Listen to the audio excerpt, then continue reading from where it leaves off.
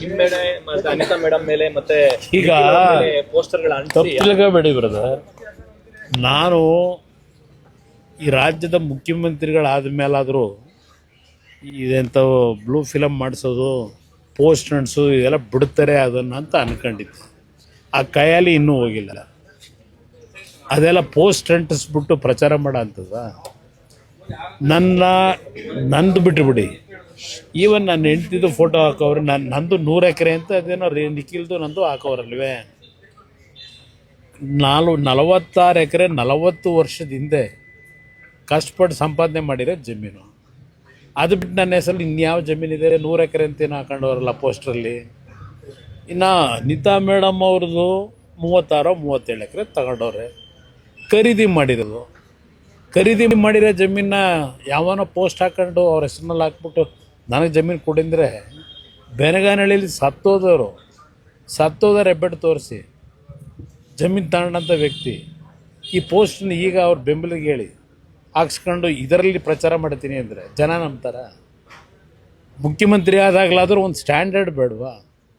ಒಂದು ಸ್ಟ್ಯಾಂಡರ್ಡ್ ಇಲ್ಲದೆ ಈ ರೀತಿಯ ನಡವಳಿಕೆ ಇವತ್ತು ಈ ರಾಜ್ಯ ಯಾವ ಪರಿಸ್ಥಿತಿ ಹೋಗುತ್ತೆ ಅನ್ನೋದನ್ನು ಯೋಚನೆ ಮಾಡಬೇಕು. ಕುಟುಂಬದವ್ರನ್ನ ಫೋಟೋ ಎಲ್ಲ ಹಾಕಿ ಇದು ವಿಕೃತ ಮನಸ್ಸು. ಅದು ಅಷ್ಟೇ ವಿಕೃತ ಮನಸ್ಸೇ. ಅದು ಹೇಳದ್ನಲ್ಲ, ಇದು ಮೊದಲಿಂದಲೂ ಬಂದಿರೋದು ಇದರಲ್ಲೇ.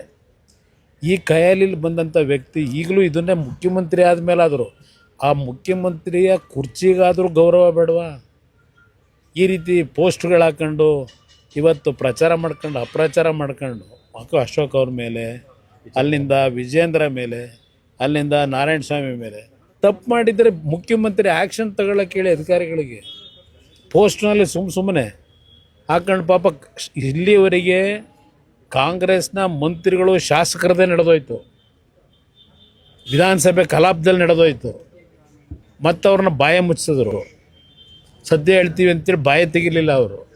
ಆ ರೀತಿ ಈ ರಾಜ್ಯದಲ್ಲಿ ಏನು ನಡೀತಾ ಇದೆ, ಬಹುಶಃ ಇನ್ನು ಮುಂದಕ್ಕಾದ್ರೂ ನಿಲ್ತದೇನೋ ಅಂದ್ಕೊಂಡಿದ್ದು. ಎದುರುತ್ತೀರಾ ಸರ್ ಕುಮಾರಸ್ವಾಮಿ ಫ್ಯಾಮಿಲಿ ಅವ್ರ ಫೋಟೋ? ನಾನು ಯಾವುದೇ ಕಾರಣಕ್ಕೂ, ನಂದು ತೆರೆದ ಪುಸ್ತಕ, ಎಲ್ಲ ವಿಷಯಗಳು ನನ್ನ ಕಾರ್ಯಕರ್ತರಿಗೂ ಗೊತ್ತು, ಜನತೆಗೂ ಗೊತ್ತಿದೆ. ಅದರಿಂದ ನಾನು ಇದಕ್ಕೆಲ್ಲ ಇಂಥ ಬೆದರಿಕೆಗೆ ಹೆದರ್ತಕ್ಕಂಥ ಪ್ರಶ್ನೆ ಇಲ್ಲ, ಈ ಪೋಸ್ಟ್ಗಳಿಗೆ ಹೆದರ್ತಕ್ಕಂಥ ಪ್ರಶ್ನೆ ಇಲ್ಲ. ಜನಗಳ ಮುಂದೆ ನಮ್ಮ ಪಕ್ಷದ ಹೋರಾಟ ಏನಿದೆ ಜನಗಳಿಗೋಸ್ಕರ, ರೈತರಿಗೋಸ್ಕರವಾಗಿ ನನ್ನ ಹೆಸರನ್ನ ಹೇಳ್ತಾರೆ ಪದೇ ಪದೇ. ಹೌದಪ್ಪ, ನನ್ನ ಕಾಲದಲ್ಲಿ ಇದು ಮಾಡಬೇಕು ಅಂತ ಹೊರಟಿದ್ದು ನಿಜ. ನಾನು ಮಾಡಲೇಬೇಕು ಅಂತಿದ್ದರೆ 2ನೇ ಬಾರಿ ಮುಖ್ಯಮಂತ್ರಿ ಆದಾಗ ತಕ್ಷಣ ನಾನು ಕ್ರಮ ತಗೋತಿದ್ದೆ. ಆ ರೀತಿ ಇದ್ದಿದ್ರೆ ಯಾತಕ್ಕೆ ನಾನು 2ನೇ ಬಾರಿ ಇದ್ನಲ್ಲ, ಯಾಕೆ ಮಾಡಲಿಲ್ಲ? ಮಾಡೋದಾಗಿದ್ರೆ ಆಗ ಮಾಡಿಬಿಡುವೆ. ನನ್ನ ಹೆಸರನ್ನ ಹೇಳ್ಕೊಂಡು ದುಡ್ಡು ಹೊಡೆಯೋ ಕೆಲಸಕ್ಕೆ, ಭೂಮಿ ಲಪಟಾಯಿಸೋ ಕೆಲಸಕ್ಕೆ ಇವತ್ತು ನನ್ನ ಹೆಸರನ್ನು ಉಪಯೋಗ ಮಾಡ್ಕೊಂಡು ಹೊರಟವ್ರೆ.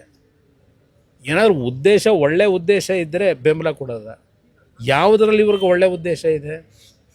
ಯಾವುದೇ ಒಂದು ಕೆಲಸ ಮಾಡಬೇಕು ಅಂದರೆ ದುಡ್ಡೇ ನೋಡ್ತಾರೆ. ಇಂಥ ವ್ಯಕ್ತಿ ಬಗ್ಗೆ ನಾನು ಎಷ್ಟು ಸಲ ಮಾತಾಡಲಿ ಸರ್? ಇನ್ನೊಂದು, ನಿನ್ನೆ CLPಯಲ್ಲಿ JDS ಅವರು ಆಪರೇಷನ್ ಮಾಡ್ತಿದ್ದಾರೆ ಕಾಂಗ್ರೆಸ್ ಶಾಸಕರು.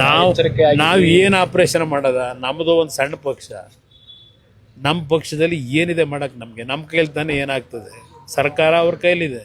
ಮ್ಯಾನ್ ಪವರು, ಮಸಲ್ ಪವರು, ಹಣದ ಪವರು ಎಲ್ಲ ಇಟ್ಕೊಂಡವ್ರೆ. ಅವ್ರ ಮುಂದೆ ನಾವು ಫೈಟ್ ಮಾಡೋಕ್ಕಾಗುತ್ತಾ? ನಾವು ನಮ್ಮ ಪಕ್ಷದ ಮತಗಳು ಚಲಾಪಿಲಿ ಆಗಬಾರದು, ನಮ್ಮ ಪಕ್ಷದ ಮತ ಒಟ್ಟಾಗಿರಬೇಕು ಅನ್ನೋದಕ್ಕೆ ಕ್ಯಾಂಡಿಡೇಟ್ ಹಾಕಿದ್ದೀವಿ. ನಾವೇನು ಗೆದ್ದೇ ಬಿಡಬೇಕು ಏನಾದರೂ ಮಾಡಿ ಕುತಂತ್ರದ ಮುಖಾಂತರ ಅನ್ನೋ ಪ್ರಶ್ನೆ ಇಲ್ಲ.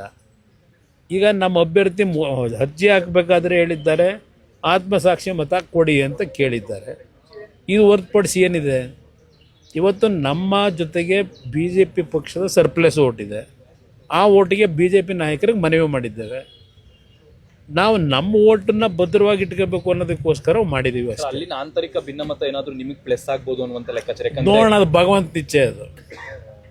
ಅದೇನಾದರೂ ಆ ರೀತಿ ಆದರೆ ನಿಜಕ್ಕೂ ಆ ಕೆಲಸ ಮಾಡಿದ್ರೆ ಸರ್ಕಾರಕ್ಕೆ ಒಂದು ಬಿಗಿ ಮಾಡೋಕ್ಕೆ ಅನುಕೂಲ ಅನ್ನೋದು ನನ್ನ ಅಭಿಪ್ರಾಯ. ಕೊನೆ ಪ್ರಶ್ನೆ, ಚಲುವರಾಯಸ್ವಾಮಿ ಅವರು ಕುಮಾರಸ್ವಾಮಿ ಅವರಿಗೆಲ್ಲ ಉತ್ತರ ಬೇಡ. ನನ್ನ ಕಾರ್ಯಕರ್ತರು ಉತ್ತರ ಕೊಡ್ಕೊತ ಅವ್ರು ಎಲ್ಲಿದ್ದವರು, ಅವ್ರ ಬಗ್ಗೆ ನಾನೇ ಯಾಕೆ ಚರ್ಚೆ ಮಾಡಲಿ? ಅಂಥವ್ರ ಬಗ್ಗೆ ಚರ್ಚೆ ಮಾಡೋದು ನನಗೆ ಅನಾವಶ್ಯಕ. ಅವ್ರ ಪಾಪ ಯಾವ ಚೇರ್ಗೀರು ಉಳಿಸ್ಕೊಳ್ಳೋಕೆ ಓಡಾಡ್ತಾರೆ, ಅದಕ್ಕೆ ನಾನೇ ಯಾಕೆ ಉತ್ತರ ಕೊಡಲಿ? ಏನೇನೋ ಮಾತನಾಡ್ತಾರೆ. Sir, thank you.